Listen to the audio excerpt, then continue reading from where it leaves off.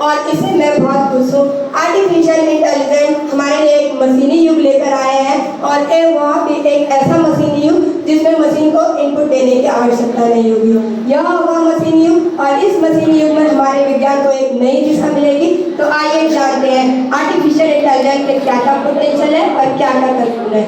Artificial intelligence एक ऐसी machine है जो बुद्धिमान हो, जो खुद से डेटा का एनालिसिस कर सकते हैं, जो विभिन्न भाषाएं बोल सकती है, समझ सकती है, मुश्किल सवालों के जवाबों को तलाश सकती है और अपने काम को अंतकाम दे सकती है। आर्टिफिशियल इंटेलिजेंस अपने आप या अन्य तकनीकें जैसे चैटजीपीटी, डेटा, प्रोग्राम इनकी मदद से वे कार्य कर सकती है जो कार्य करने के लिए आमतौर पर मानव बुद्धिमत्ता या मानव हस्तक्षेप की आवश्यकता होती है। यदि मैं आर्टिफिशियल इंटेलिजेंस के पोटेंशियल की बात करूं तो यहाँ पर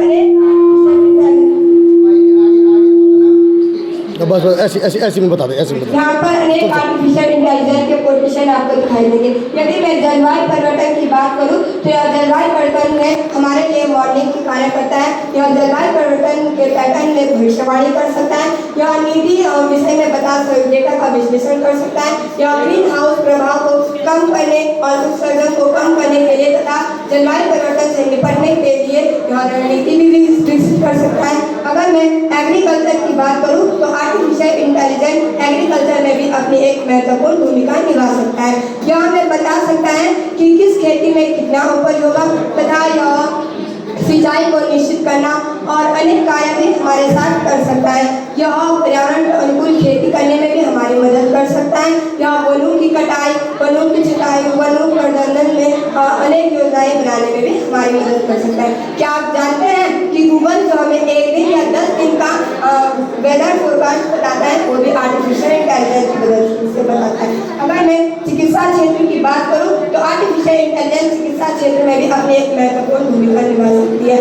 और नीदरलैंड के एक व्यक्ति के रीढ़ की हड्डी पे चोट लगने से लकवे से पीड़ित उस व्यक्ति के मस्तिष्क, रीढ़ की हड्डी और मांसपेशियों में आर्टिफिशियल इंटेलिजेंस के उपकरण को जोड़ने से आप विश्वास नहीं मानोगे कि वह व्यक्ति चल भी सकता है और यहाँ तक वो सीढ़ियाँ भी पास कर सकता है। यह सब कुछ आर्टिफिशियल इंटेलिजेंस की मदद से हुआ है और मैं कह सकती हूँ कि आर्टिफिशियल इंटेलिजेंस अनेक लोगों के जीवन को और भी बेहतर बना सकता है, क्योंकि यह एक निश्चित समय में अनेक लोगों के MRI का अध्ययन कर सकता है और जो ये सारे डॉक्टर के लिए असंभव हो सकता है।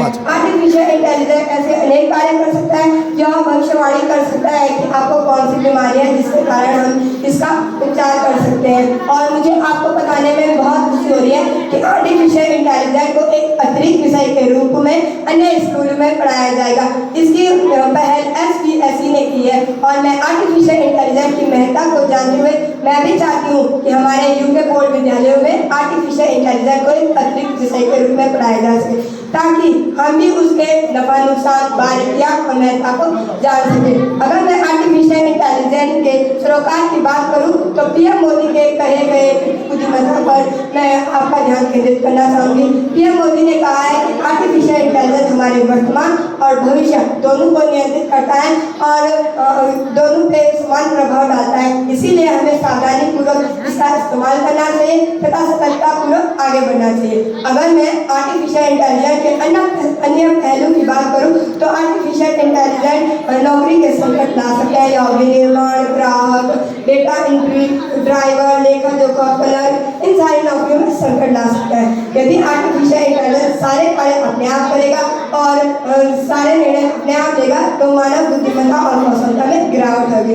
आर्टिफिशियल इंटेलिजेंस आपत्तिजनक वीडियो बना सकता है या किसी की भी मिलती जुलती वॉइस निकाल कर ठगी कर सकता है। आर्टिफिशियल इंटेलिजेंस का उपयोग सैनिकों को बचाने के लिए युद्ध में किया जा रहा है, जिसके कारण ड्रोन और रोबोट विकसित किए जा रहे हैं, परंतु अन्य देशवासियों और युद्ध के लिए इसके लिए उतारू भी हो सकते हैं। आर्टिफिशियल इंटेलिजेंस के ऐसे अनेक सरोकार हैं जिसके कारण यह हमारे लिए थोड़ा नुकसानदायक भी हो सकता है। आर्टिफिशियल इंटेलिजेंस मानव जाति को आलसी बना देगा। और सबसे महत्वपूर्ण बात मैं आपको एक फिल्म के माध्यम से बताना चाहूँगी कि एक फिल्म है रोबोट, जिसमें प्रोफेसर वसीकरण एक ऐसे रोबोट का निर्माण करता है जो सारे कार्य अपने आप कर लेता है, जिसका नाम होता है चिट्ठी।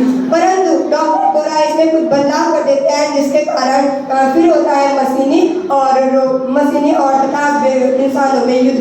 कहने का तात्पर्य यह है कि एक हारमान से बना हुआ व्यक्ति क्या एक आर्टिफिशियल इंटेलिजेंस के रोबोट से लड़ पाएगा, यह एक असंभव बात है, क्योंकि हम ही ने इसको सारी शक्तियाँ, सारी क्षमताएं, सारी सुविधाएं दे रखी है।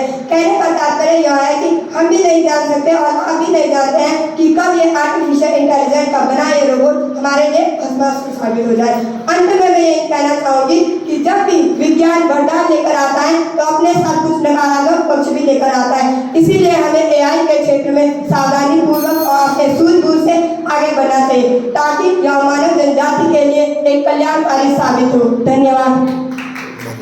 समझ